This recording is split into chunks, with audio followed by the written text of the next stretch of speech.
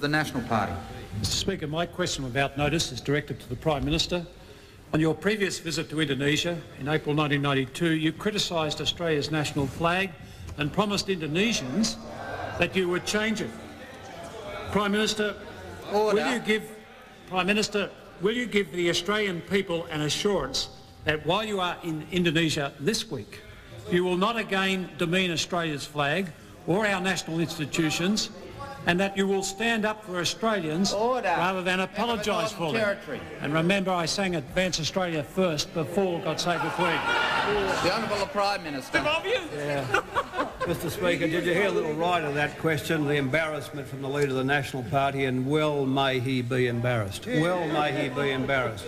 Up there singing the national anthem of another country, up there singing God Save the Queen at the monarchist dinner, and he's got the temerity to get up and ask me questions about what I might say abroad.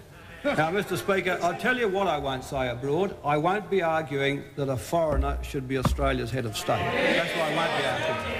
As the Leader of the Opposition is arguing, and as you are arguing, and you compounding it by singing the national anthem of Great Britain while you're at it.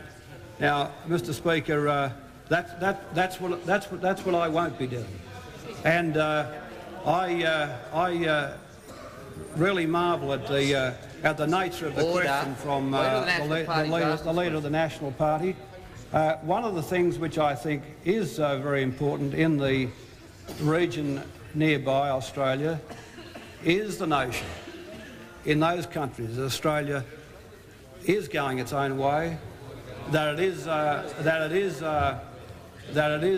has now an open, competitive trading economy, that is integrating with the region in terms of investment and in trade, and in the doing of that, the notion that Australia feels its independence is such that there is a debate in this country which warrants a debate about the question which warrants consideration about the Australian head of state. Now, Mr Speaker,